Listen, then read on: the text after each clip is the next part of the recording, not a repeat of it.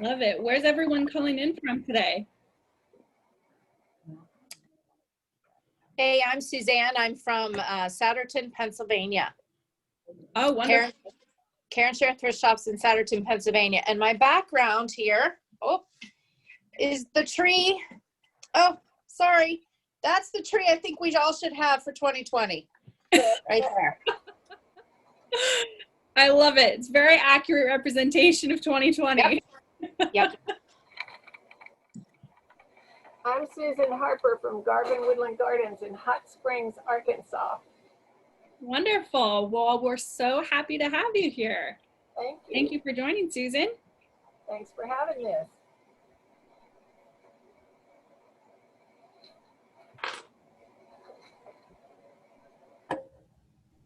What about you, Kim? Where are you calling in from? Oh, hey. I'm still trying to get this all set up how I want it. I am Kim Smith. I have my ugly holiday sweater on today. Love it. And I am calling from Laramie County, Wyoming. Cheyenne, Wyoming. Wonderful. It's always interesting to see there's some office parties and different contests. We had one at Verified First for the Ugly Sweater Contest, and I gotta say, our team delivered. There are some hideous Christmas sweaters out there. I think I nailed it. Yeah, I'm jingling all through the office too. So. Oh, that's awesome.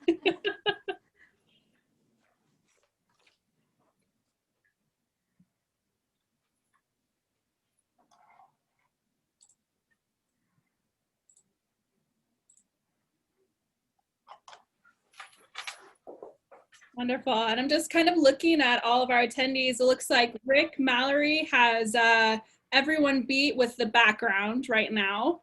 Looks like a nice Christmas display. I feel like I'm in the North Pole right now.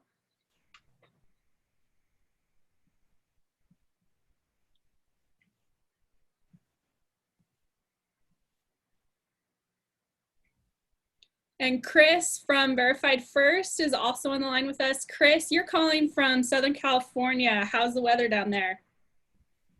I am. Good morning, everyone. The weather is pretty nice, Jess. I mean, I think it's probably around high 50s right now, so it's not too bad, but the sun's out, so. Can't go wrong. Yeah. Yeah, we have some snow, well, more like snow and melted ice over here in Boise, Idaho. So I'm a little jealous right now. This is my first time driving in the snow. So all of your prayers and good thoughts will be welcome. We're supposed to get a foot or two today. For Eastern Pennsylvania, that's a little unusual. Oh, wow. Yeah, that is a lot. I have some family in Pennsylvania based out of Pittsburgh.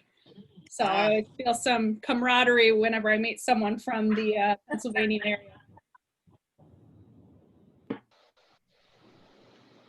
Awesome. Looks like Shirley Parks joined us from San Luis Obispo, California. Welcome, Shirley. And Rick from North Tazewell. I probably butchered that. I apologize. Virginia. Welcome.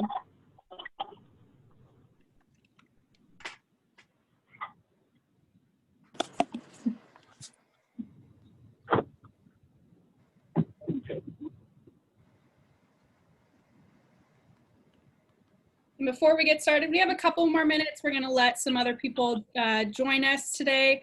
It's always interesting to kick things off with a little bit of an icebreaker. Does anyone have any fun, maybe some unusual traditions over the holidays that you and your family do?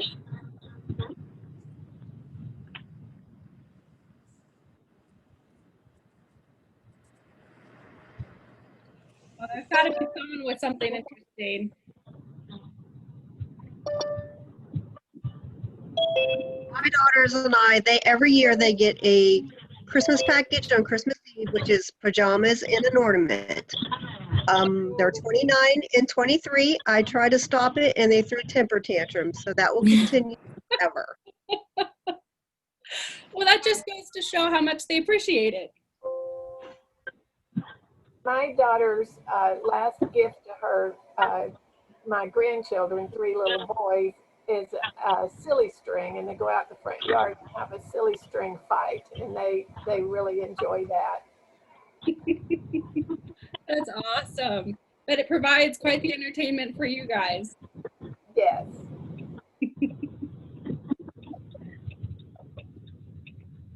That's funny about the gifts and ornaments. My family recently stopped doing stockings this year, and the oldest sibling, who's 33, on my in-laws side, absolutely blew it back. It was like, we have to do stockings. We cannot not do stockings here. So right there with you. Traditions are traditions for a reason.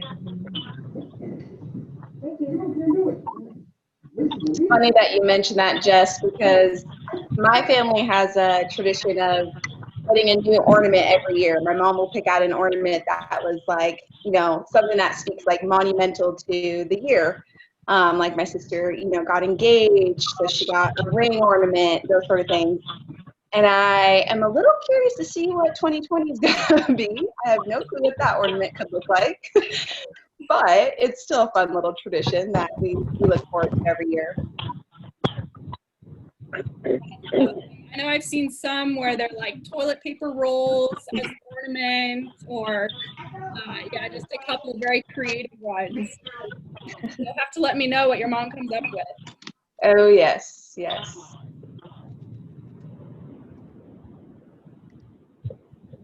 Well, it's going to be a fun year. I think 2020 is here, and welcome. Hey, Jess. Hey, Liv. I got you guys on the nice list, so we're looking forward to our webinar today. Today it's hosted by Santa, so thank you to everyone for joining. We'll get started in just another 2 minutes. I see people chatting where they're from, and we have about another 300 people to still join us. So give us a couple minutes and we'll get started. Their dress is like Santa. Can you all hear me? Maybe type chat in the one if you can hear us. Yes, we can hear you, Santa Claus. Thank you for taking the time out of your busy, busy schedule to join us today.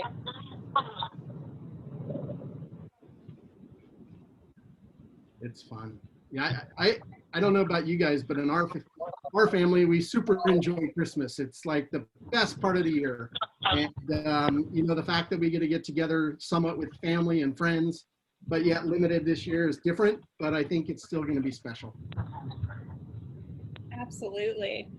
And I know earlier we were sharing some traditions around. I know Susan had a very fun one.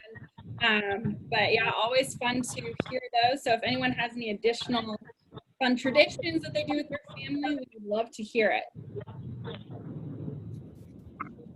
Share away.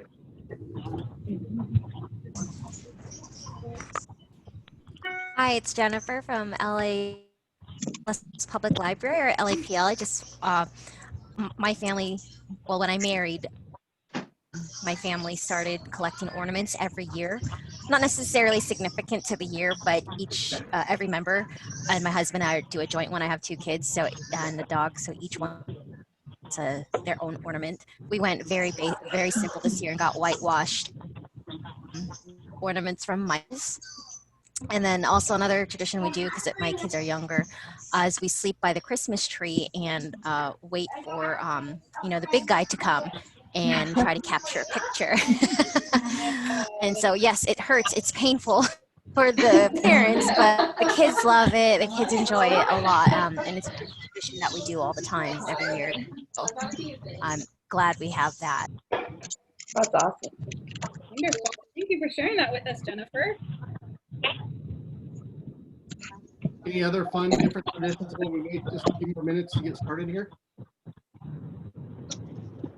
Well, I've got 5 children in my household, and actually, they're not all in my household anymore. 2 of them are grown and married, and they're about to make me a grandpa for the 3rd time. But I've got 3 still living at home, but they're in their late teens, early 20s now. But when the kids were little, we would always on Christmas Eve, after our Christmas Eve service at church, my wife would have pajamas for every one of them to open to begin to celebrate Christmas. And we all put our pajamas on, and I would be able to get everybody together and read A Visit from Saint Nick. We commonly know it as 'Twas the Night Before Christmas. And I would read that to them, and they would all go to bed, and Santa Claus would come the next morning. We always wrapped the gifts, and before anyone ever opened their gifts, I would open up the Bible and read from Luke chapter 2 about the birth of Christ and why we celebrate Christmas, and we would pray and thank God for what we were about to receive. And then we tear into it, and we always went from the youngest to the oldest. So it's always been a great deal of fun. It's something I hope maybe my children will pass on to my grandchildren as well. Oh, wonderful. Yeah, Rick, thanks for sharing. Thank you for sharing. You know, it's super exciting that we think about that, you know, and at the same time, you know, we still can respect everyone, you know. I'm sure there's people in here that why? You know, it's respect everyone. You know, obviously Christmas is largely celebrated, but you know, there's a lot of other holidays going on this time of year. You know, we just passed through Hanukkah just a couple days ago, and you know, we still have fun with it nonetheless. So there's great stuff going. Again, we still have a few people joining, so we'll get everyone admitted here, and we're going to get started in just a couple minutes. Veronica, Chris, and Corey, are you guys around? I am. Good morning, Santa. We are. Good morning. Awesome. So let's go ahead and maybe get started here. We're just going to have some people join us. Jess, I think you're watching that, and they unfortunately we have to manually admit them again. You know, first of all, Verified First, we just want to thank you guys for everything you do. It's been a rough year, so we thought we'd get together, have a little bit of hot cocoa together, and I don't know how to drink this with this, but nonetheless, you know, what you guys do is really important in the nonprofit world. Your organizations have been through a lot. We recognize that, and really what we want to provide here is a forum to kind of get an idea of, you know, vaccines around the corner. Some people are being vaccinated already. You know, how does that impact going into next year? And, you know, what are some of the trends we're going to see? So here in just a couple minutes, we're going to break up into breakout rooms, and we're going to have some smaller group conversations, and then we'll come back and summarize everything. But before I do that, just a couple of housekeeping. We are recording the session, so you can share with other people in your organization. And we'll provide a copy of the link to the recording after the meeting today. Jess, any other housekeeping items I missed? I know, type in the chat where you're from. We'll watch the chat throughout the event today. Anything else I'm missing, Jess? I don't think so. It's just we're super excited to have everyone joining us this morning, or I guess partially afternoon if you're on the East Coast. But yeah, great to have everyone here. And I think sharing traditions is a beautiful way for us to just feel connected, even though we're all calling in from around the country. So great way to get connected and get to know each other. Awesome. Well, so we've got a list of questions, and maybe I'll kick off in a big group, and then we're going to break down and drill down. You know, we just got through, for the most part, a season of giving. And while giving is not something we really track at Verified First, and, you know, we really don't support how you guys do that in any kind of ecosystem, I just love to hear, you know, how has the season of giving been for you all? Has it been kind of the same as last year? You know, I don't want to make assumptions there's a decline. You know, what does it look like, and are you excited about what that provides for you guys all as you go into 2021?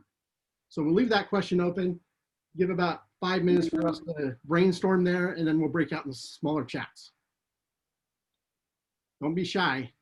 Santa's watching. I'm making a list. And we'll be checking it. Could you repeat your question just one more time? Yeah, thank you. Yeah, Suzanne. So the question again is, you know, how has the season of giving in 2020 been for you all? You're all in nonprofit organizations for the most part. And, you know, is that normal? I mean, is it compared to last year kind of the same? Is there a decline? Is there an increase? I'm just curious of what that looks like for you all. and kind of what your prospectus is going into 2021. Does that Hey, help? I'm Maureen at an academic medical center in Virginia, and it's the giving part has been a huge hit. Many of our programs are supported by the Hospital Auxiliary, which is our nonprofit, directly connected with us.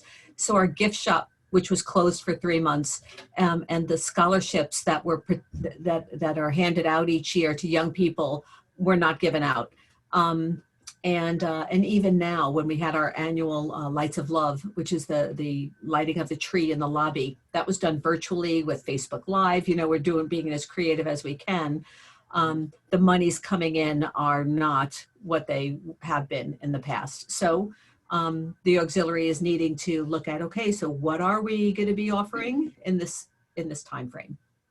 We're just trying to be creative, but everybody still has their job, which we're very grateful for. Yeah, definitely.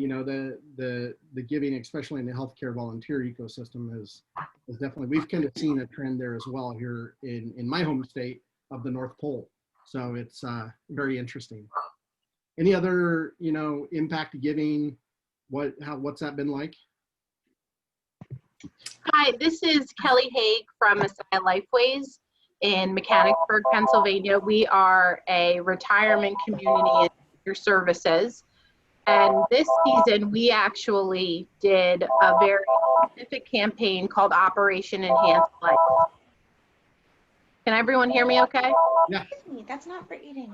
Operation Enhanced Life, and that was surrounded our assisted living and our nursing care residents, because many of them were facing isolation. They weren't able to see their families. And so we worked with the clinical team to raise $50,000 to bring in new companion pets. We're bringing in a mobile projector that those with cognitive impairment can interact with. We've increased our holiday giving this year for nursing care residents and personal care residents. And so we saw a huge increase in giving in that way. It was a very targeted campaign for the needs of the residents who were mostly impacted. Yeah. Well, awesome. And that, it sounds like it was a good positive outcome. Even though you have to get creative, it sounds like people are still engaged and still willing to give. Is that a good I'll assumption? chime in over here, guys. My name's Sarah. I work at the Ronald McDonald House of Delaware. Hi, Santa. Surprisingly, surprisingly enough, we were really unsure this year. I'm sure, as everybody was, like, kind of how the year-end giving was going to go. To our surprise, a lot of our donors really pulled through, and we're ending the year in a pretty comfortable spot. Like a lot of you had already said, we bumped a lot of our things virtual, really everything virtual. We also do a lighting ceremony where we light up the house for the holiday season, and we did utilize Facebook Live. And we really it's just been a big, huge social media push for that lighting ceremony fundraiser. We do an annual telethon that got bumped from last March we just did it the week of Thanksgiving. So that was really successful too. So luckily, thank goodness for social media. That's really helped us a lot. Awesome. Sarah, thank you so much for sharing. And it seems like everyone's figuring out how to get through this. Anyone have anything like amazing that they didn't think would work all of a sudden worked in their giving strategy? And then we're going to break out into, I think, 3 different groups today and have some more conversation. Anything like really surprised you in what you did to drive giving? Hi, I'm Becca Toltz from Northeast Animal Shelter in Salem, Massachusetts.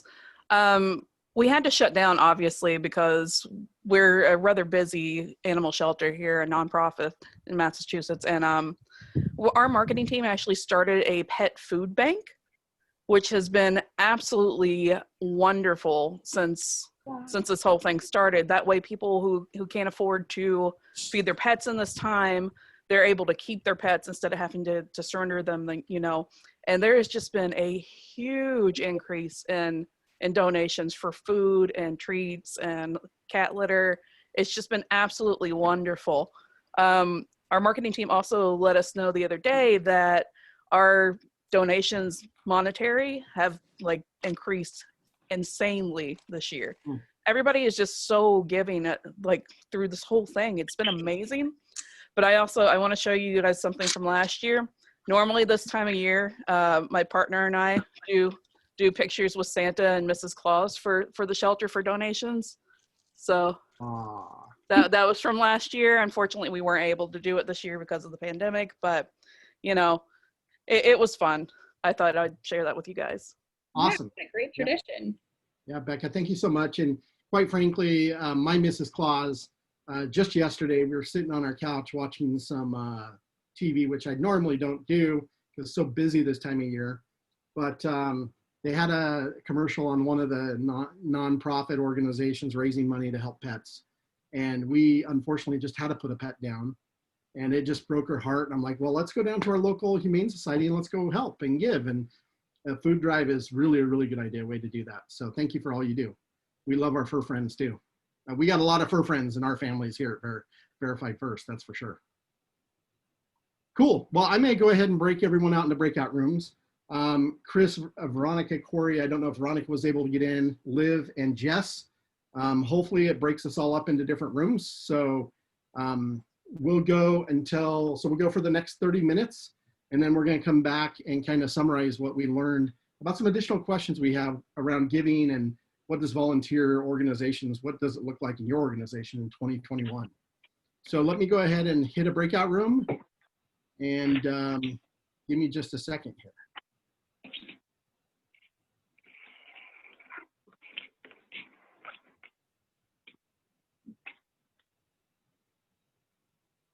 Hey, Jess, you might have the access to the breakout room. It looks like because you logged in first. Let's see, yeah. So we want 3 breakout rooms. That'll perfect. That is a good amount. All right, here we go.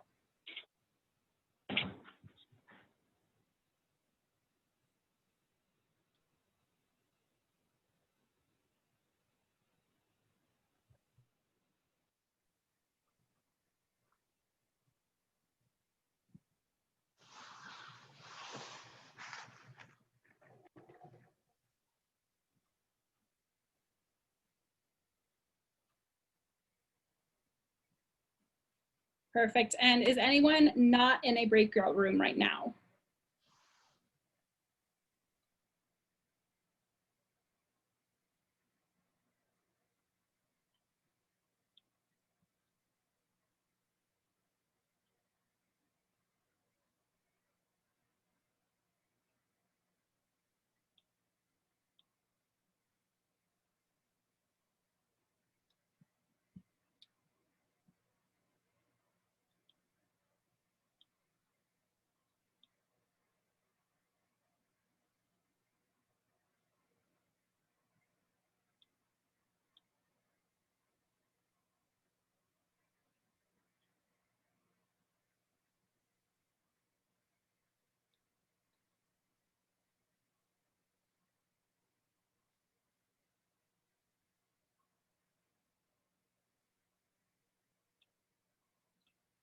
There's no teacher. We can't be here without a teacher. I was just thinking the same thing.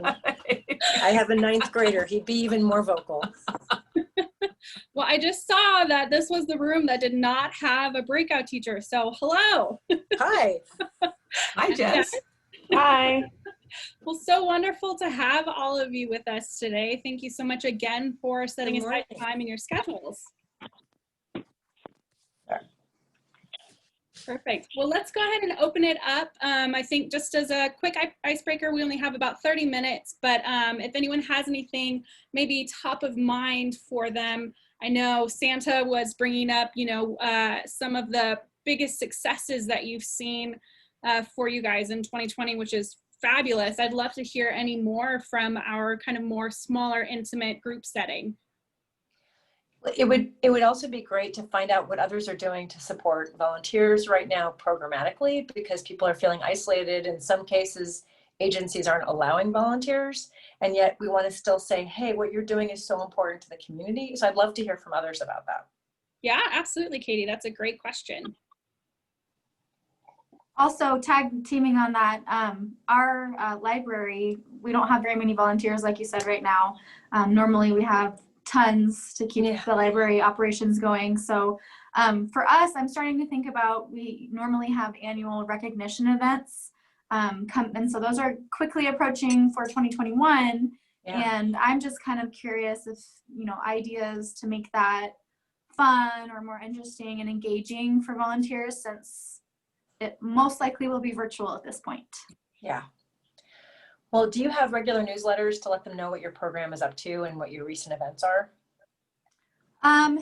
Not specific for the volunteers, really. I mean, we have our regular events programs, stuff that we're doing virtually and whatnot, but it's just been really difficult to keep all of the volunteer population engaged, and really they can't come in and do what they would normally do right now.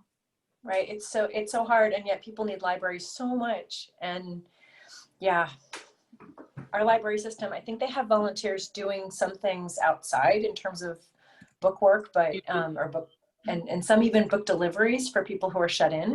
Guess what? I got an email.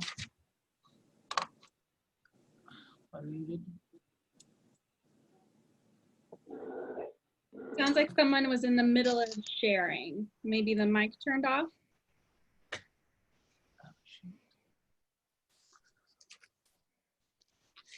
I can actually share a little bit. I'm Isabella from Los Angeles Public Library, and we're actually in the midst, or we just started planning our big recognition event, which is a biannual event.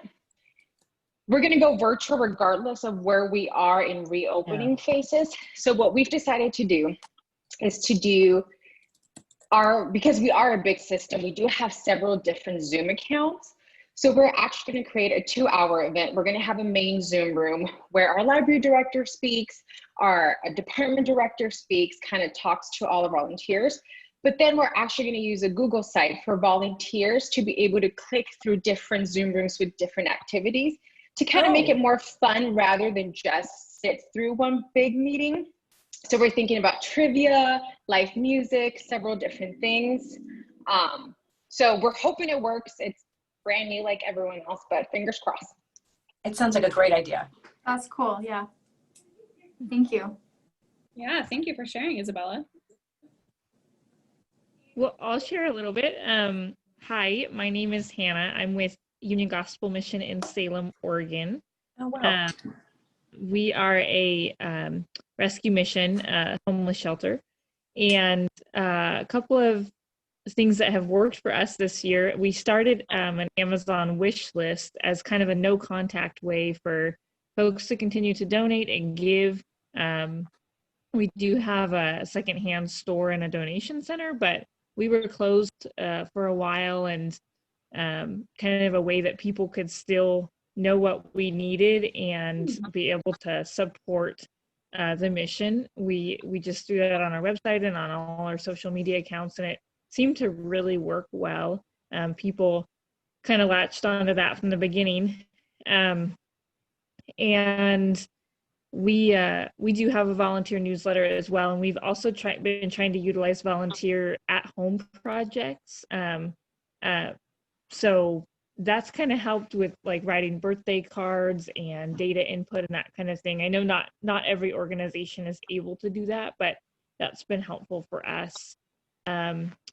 And so those are kind of some of our bigger successes. We've seen a great actually fall and winter as far as giving goes. And so we're just thankful for that, but definitely looking into April. We have our volunteer appreciation brunch. Normally, we're not sure yet what we're going to do for that. But we also found success this summer in August. We did an outdoor barbecue for our volunteers, socially distanced, in a big church parking lot or church yard. So there was lots of space. So not sure when everybody's volunteer appreciation events are, but outdoors seemed to work really well for us. And it was well attended with some games and food and a little bit of speaking. So that's kind of what we found to work for us. Oh, that's wonderful. And I'm curious, I love the idea of the Amazon wish list. I'm curious if your organization is enrolled in Amazon Smile, which is, okay, perfect. Yeah. I kind of happened upon that this past year and just wanted to make sure that, everyone has access to that as a resource. And so wonderful. It's a great idea. It's been great. Perfect. Hi, hi, my name is Becky, and I work for hospice and community care in Lancaster.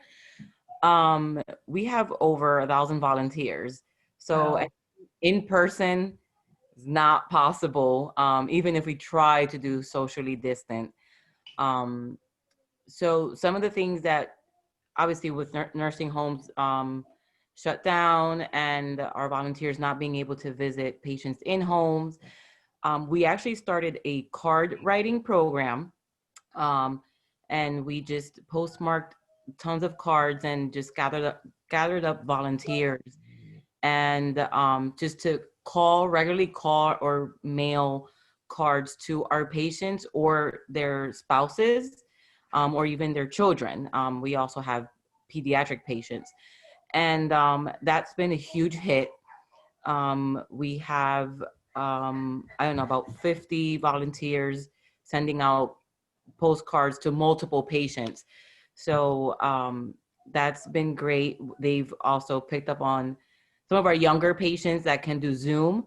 They've done Zoom calls, things like that. So that's how we've kept them engaged. We are required by law to have a certain percentage of volunteer hours. And at the beginning in March, we thought we would not make the percentage, and we've actually surpassed it. Not comparable to other years where we've reached 11, 12%, but we are like at about 6-7% mark. So despite the pandemic, we've been able to reach that goal. For volunteer recognition this year, we always hold it in April. And what we did is during the summer, we just personally went and delivered awards to volunteers. And then just took a picture and kind of did a whole social media event recognizing the volunteers every day. So that's what we've done. We've also for Thanksgiving, we made care packages for the volunteers that haven't been able to volunteer due to health reasons, or there's just not something for them to do. So we went and delivered out these care packages to their front door, and they didn't know, they weren't expecting it, so it was a nice surprise for each of them. We had about 100 of those, and then just last week we did a second round of care packages, thanking the volunteers that have been volunteering. And then there was about 120 of those where we went and also delivered the package to their house. Again, another surprise. And we've also been using volunteers in deliveries of different sorts, organization-wide, because we, as an organization, haven't been able to have any of our employee events, trips to New York, amusement parks, things like that. They've been very generous and providing us like gift baskets. We just got one yesterday with coffee, tea, muffins, groupies, because it was supposed to be our annual holiday breakfast, employee breakfast. So we've actually used volunteers to make those deliveries. There's about 420 employees, and the volunteers love the deliveries. They've even dressed up. The volunteer that dropped off at my house was dressed as Elf on the Shelf. So that was cute. Him showing up like that. So that's how we've kept our volunteers engaged. Obviously, being in the healthcare field, we've been very limited with not having them visit. patients, but the fact that they've been able to still keep in contact with card writing and Zoom calls and telephone calls have definitely been greatly appreciated from both the patient perspective and the volunteer. Wow, that's wonderful. Thank you so much for sharing that. And amazing to hear how involved the volunteers are getting, even with, you know, dressing up, the elf on the shelf costume, really to bring that festivity and encouragement to the people that you are helping in the community. So that's wonderful to hear. Does anyone else have any fun, festive things that your volunteers, you've been able to engage them with, just activities you've been able to do, whether in person or remotely? Hi, my name is Melissa. I'm with Give Kids the World Village in Orlando, Florida. We partner with all of the wish granting organizations for kids that have wishes to be made to come to Central Florida. And obviously, with everything that's going on this year, we have not been able to do that. Our wishes have been suspended since March, and we still have no idea when that's going to happen again. And we were closed all the way up until this past, I guess it was November or October. We, as the small staff, brainstormed and tried to figure out what we could do. And we put on this event in our village where we decorated all of the villas and things with Christmas lights and decorations. And all of our sponsors that are part of the village that donate money and our donors, they each are sponsoring a villa. And we opened it up for the first time in the history of ever to the general public. And they've been able to come in this holiday season and just see what we are, what we do, all of our Christmas lights. And so we were really blessed to be able to welcome some volunteers back to help with that. And we've made it really fun for them. We have them dressing up in Christmas attire and they can show their holiday spirit. And it's a very socially distant event. So there is very minimal numbers of people in the village at a time, but it's been a really great way to connect with the community because a lot of people didn't know what we were or they had heard of us, but you couldn't go there unless you volunteered. And we, since doing that, not only have continued to stay even with raising funds, but we've been able to increase our volunteer base. And so a lot of people have been signing in to do that. Now we're only running the event through January 3rd. So after that, we're trying to figure out what's kind of going to happen because we still don't know when wish families are coming back. But in the meantime, we're really trying to make sure that they all feel like they're a part of the entire process. So we're soliciting a lot of feedback from them and making sure that they're feeling engaged and that we're listening to like how they think the nights are going. But honestly, I'm one of the assistant managers for volunteer services. And previously to this, I did recognition and I've been at a little bit of a loss. So hearing you guys talk has almost like reignited that flame because I'm like, what do we do next? You know, normally we would do our breakfasts like some of you guys were saying and our holiday parties, and we just can't do that this year. So I've already wrote down a few really great ideas. So thank you for that. Yeah, wonderful. And it's so great to hear that, you know, despite the fact that Florida isn't able to necessarily accept wish makers into the state as of yet, that you're still finding ways to engage your volunteers.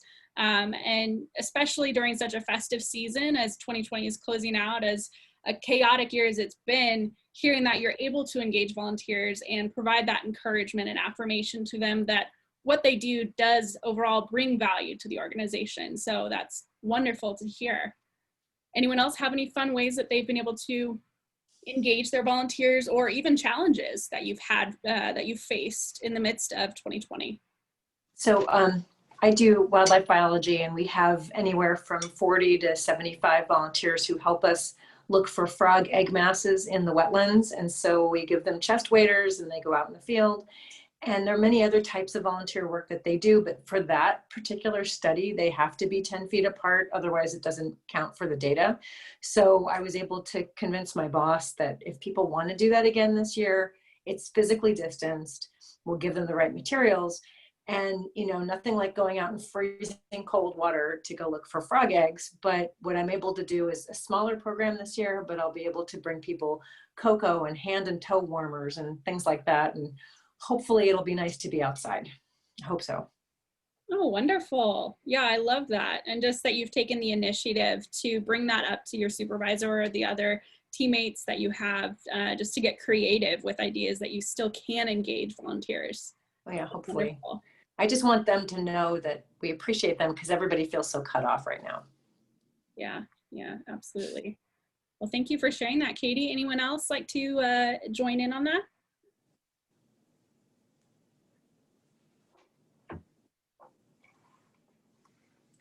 I am from a small school for girls, grades 5 through 8, completely financially free for the girls. It's for lower income families in New Bedford, Massachusetts, our sister school. And we have a large volunteer base. We have almost 2 volunteers per student. And this year we have an incredibly small group because many of our volunteers are retired, so they're elderly and worried about the pandemic. So we really want to continue to keep them informed and feeling like they're part of the community. So along with the newsletter we send out every other month, this month I worked with some of the younger students of 5th grade and in their Think Give program, and we spoke about giving back and giving thanks. And so they made cards for many of our volunteers, not all of them, but particularly those I knew who were either alone in a house isolated, and or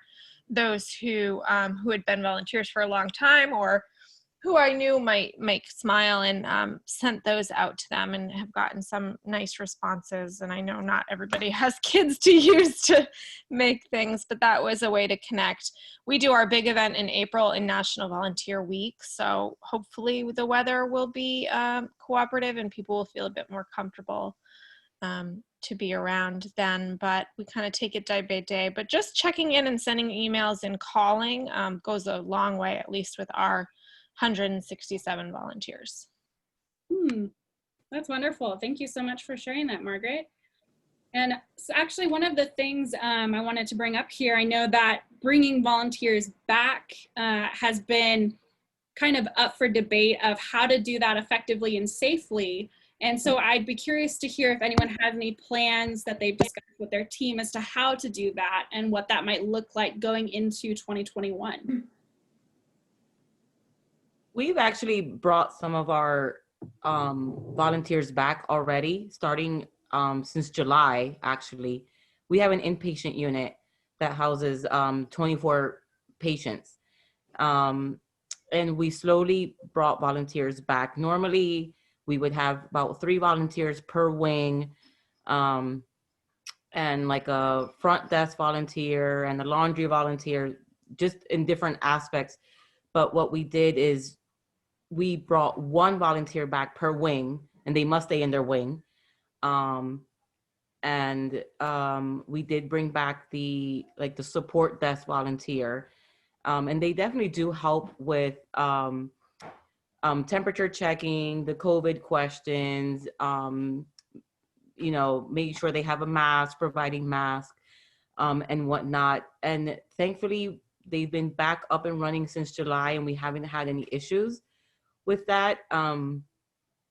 So that has worked out fine. We also brought back some of our clerical volunteers. What we've done is just spaced out them coming in their schedule. Sometimes we would have 2 or 3 volunteers in a department at a time. So now we just have 1 at a time.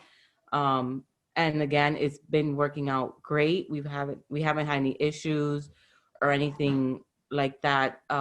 It's just slowly bringing them in and obviously spacing out their schedules, so they're not all in the same area at once. Wonderful. Yeah, I mean, I'll say something. So my name's Becky as well, and I'm here in Florida, Bach Tower Gardens. So we are a medium-sized public garden.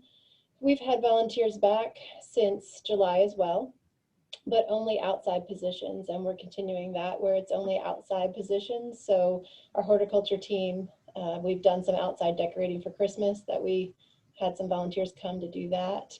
Some harvesting of Yaupon holly, which was outside. So basically outside, our rules are basically bring all your own supplies that you need, snippers, gloves, sun protection hat, anything you need, bring that. And then also you got to wear a mask if you're within 12 feet of another person, not 6, but 12. Otherwise you can take it off. Of course, wash your hands frequently. We have lots of hand sanitizer out there as well. We haven't had any problems either, but I am using Logistics to track who's here and when. We don't have the touch pads up, so the volunteers are all logging their hours in after the shift is over. Wonderful. We, Melissa again with Give Kids the World, we're a very large organization, which I know is not like a lot of what you guys are doing, but we're doing some of those similar steps where we have, I think, upwards of like 80 people who come in each night.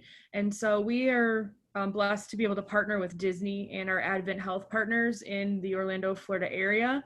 And we're doing the same thing that the parks are doing when they come in. So everyone has to wear a mask no matter what. We're completely outdoors. We're staggering their shift times as well. We have the hand sanitizing stations, and they have to wait 6 feet apart as we check their temperatures and ask them the questions. We always ask, are you experiencing any COVID-like symptoms, or have you been around anybody who is tested positive? If we get any of those type of yeses, we have protocols in place for when they are able to come back on property and volunteer again, which we send to them in a written communication form. And then all of the stuff that's out there for the employees, the volunteers, and the guests that are coming, it's constantly being cleaned every 2 hours. And so that way to kind of prevent that. And we've been able to manage that just like the parks are, and we haven't had any problems. That's great. And Maureen, it looks like you might have something to add there. Yeah, I wanted to add that, so I'm at an academic medical center in Virginia, and we have some of our, what we call our boots on grounds volunteers back.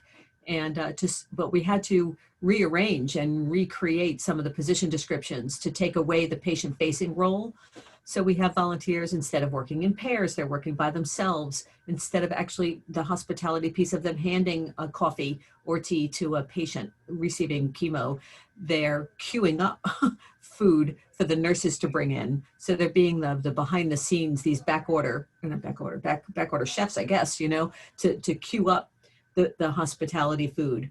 Everybody's got the protection on the eye protection, the surgical procedure masks. We have thousands of these wonderful cloth ones, but when you're on the floor, you have to have different PPE.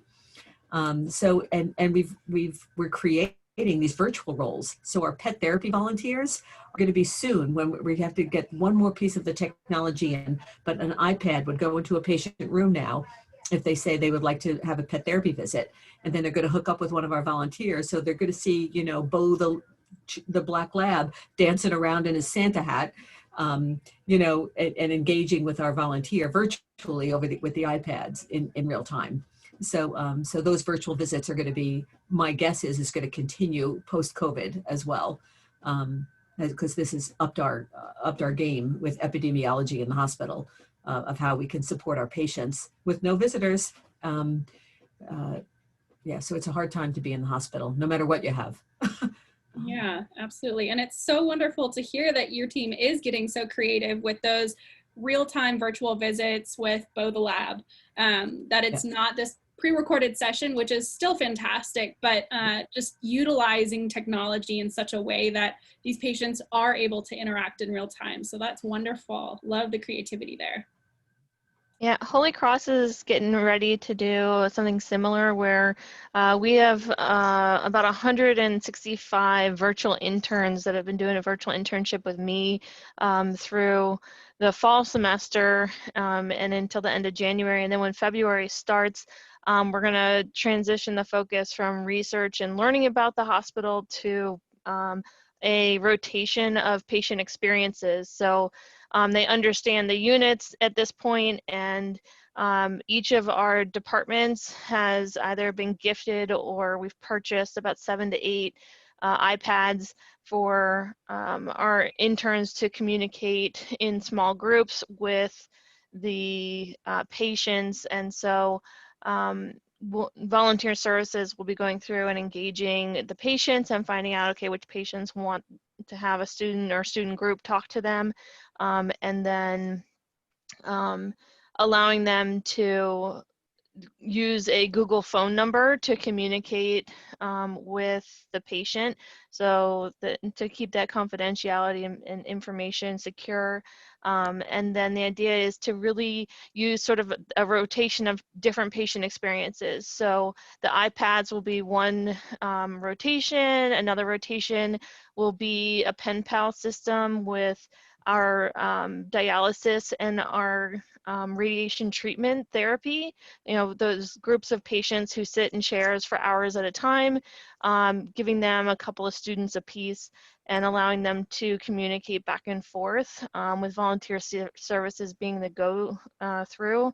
And then we have a couple other opportunities, like using a webcam to shadow nurses.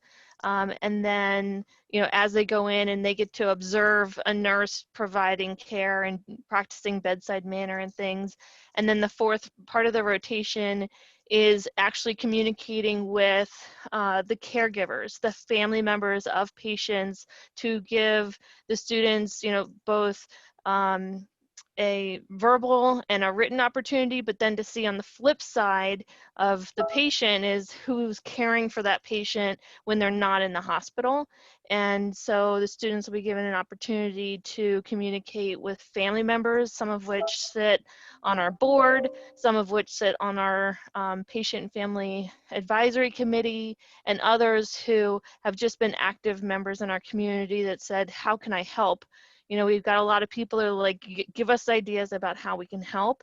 And so we're really using that as an opportunity to not only meet the need of the community for wanting to help, but also to meet the need that our school system is saying that, you know, they want these students to learn to develop communication skills with adults so that they're prepared when they get in the job market, for communicating with people that they don't see as authority figures, but good role models. Yeah, that's wonderful. Thank you so much for sharing that, Sarah. And we are about a minute and a half from closing out of our individual breakout room and going back to the main session. So if anyone has any closing thoughts or ideas, maybe successes that have worked out for you and your team, feel free to open the floor now and share those ideas. I have to sign off for another meeting, but thank you so much for this. It's been nice to see everyone and hear what everyone's going through. Wonderful. Thank you so much, Katie. Happy holidays. We've loved the elf on the shelf with the mask. You're welcome. I love it. All right, so we're gonna go ahead and go back to our main room now. Thank you everyone so much for participating in this smaller breakout room. And I'm sure we're all excited to hear what everyone else has shared and learned from the other breakout sessions.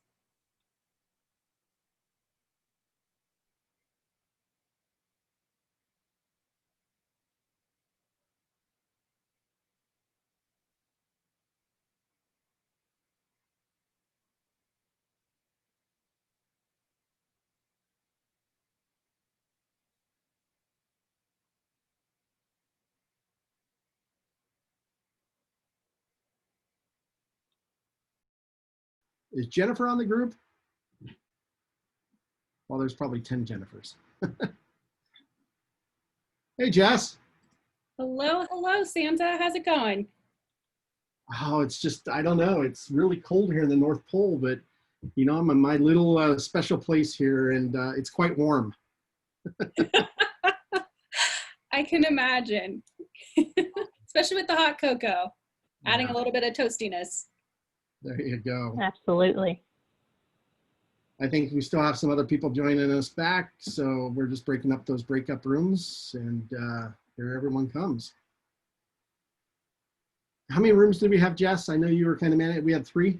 3 rooms, yeah. Got a lot of great feedback and ideas shared. So I know we're all very, very excited to kind of share what everyone's learned and maybe some special ideas you all have come up with. Yeah. So I don't know. My thoughts, who was in room 1? I was in room 1. Oh. So everyone raise your hand. Let's go backwards. Let's go backwards. Who was in room 3? I was in 3. 3, awesome. Chris, Corey, Veronica, any of you in room 3? I was in room 3. I was with Corey, and she led the discussion, and she did a fabulous job. So Corey, we can put Corey on the spot. Thanks, Veronica. So maybe a summary of room 3. What were some of the ideas? What some of the talk track that you all heard, and just so we can all bring it all together. I think you're on mute.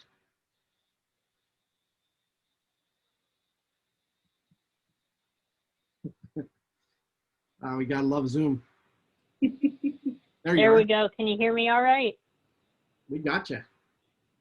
All right, perfect. Well, Santa, we continued on the discussion of really, how is giving shaping up once we broke out to our smaller sessions. And for the most part, it seems like it's trending upward for a lot of nonprofits during this time, and kind of some unexpected, I think, with what's going on in the world. And so obviously some of the biggest challenges that they're facing right now is not so much trying to recruit volunteers, but how do we keep them engaged, going forward, and what types of activities. And, there were comments on doing some more of learning and education during this time, while there's a little bit of a lull maybe for certain groups that, can't physically volunteer.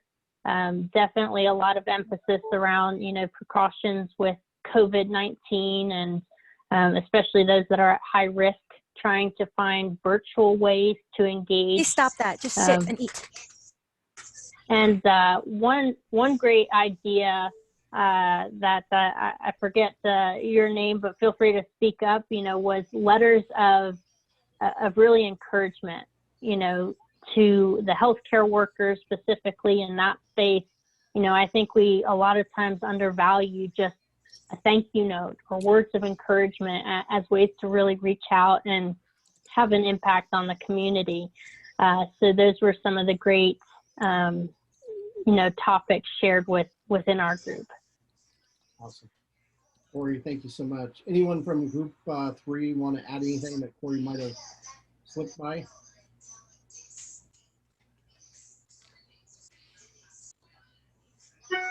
Well, remember, Santa's watching who's naughty or nice, so if you know. Anyway. Liv, I'm going to put you on the spot again. So, because I've been talking a lot and you're a lot nicer than I am. We were together in group 2. So, any notes you got from group 2? I think there were a lot of sorry, my dog's like jumping up. Kind of the same thing of how do we keep employees engaged or volunteers engaged. We talked a lot about a vaccine being released and how that's going to be drawn out over the next 6 months to a year. It kind of sounded like there's a trend, like the impact isn't going to be immediate, right? We're not going to be able to get volunteers back fully to support our nonprofits right away. So it is going to be a little bit longer of a wait, right? So how do we keep employees engaged? There were some really fun, or I keep saying employees, volunteers engaged. There were a lot of really good ideas. I apologize, I can't remember who exactly mentioned this, but they've had a pet parade on Halloween where their volunteers and members from the community got dressed up for Halloween and brought dressed up their pets, and kind of went from all these they went around to houses and people got to come out and just see their joy light up in their faces, just something fun. There were a few ideas. If anyone was in group 2, like, I'd love for you to share some of those with the main group. There were so many to count, too many to count. Yeah, and I think just other notes that I made is, the idea is that it's probably June before COVID vaccine makes any impact on volunteers. So that's kind of a trend.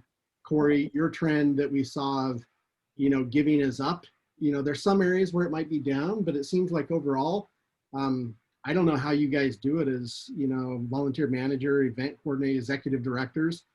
Somehow you guys reinvent yourself to continue to thrive. And, you know, that's just the nature of who you are, great people, you know, but that's kind of a trend.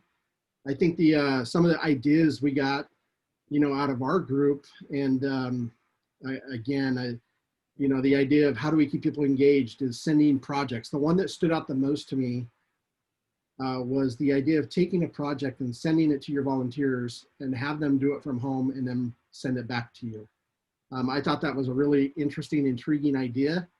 Maybe something to think about. But again, anyone else in group 2? What I forget? I know I left off a ton. This is Carol with the Museum of Flight in Seattle. In chat, I put a link to a blog that was in the American Alliance of Museums site.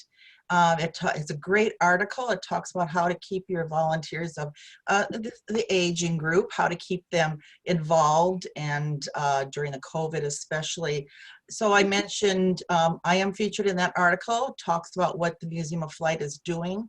Also, one thing we are doing too, we have a speakers bureau, and it used to be that our volunteers would go out into the community and give presentations. Well, Becca Harmson, who is my coworker, she's on today too here. So she organizes that. We have volunteers now who are doing virtual speakers bureau. And a lot of them are the retirement homes who are asking for things for their residents, and she works on that.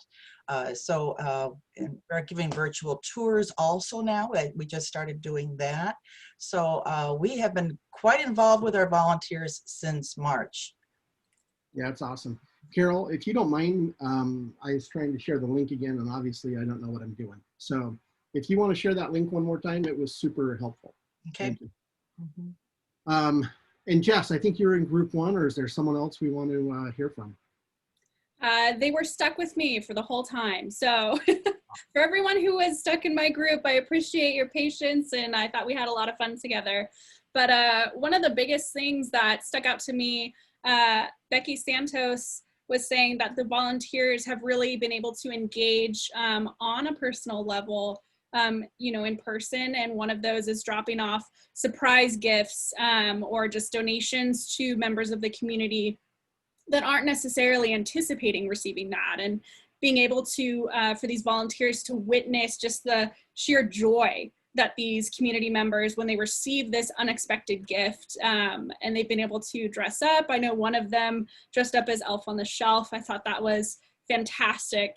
And then Jennifer Siren, I apologize if I butchered your last name, but it was so wonderful to hear, you know, in Florida, what you're doing with the village and engaging volunteers there and making them feel valued and appreciated. So many wonderful ideas. And then I cannot recall, I believe it might have been Hannah who mentioned this about Amazon Smile and creating an Amazon wish list. So of the things that they need for their organization, creating an easy, convenient way for donors and other volunteers to participate in that giving, just a way to feel involved and safe from the safety of your home. So those were a couple of really wonderful things and ideas I heard. And I'd love anyone from our group 1, to kind of pitch in. I know there were some great ideas passed around as well. So would love to hear additional feedback from y'all.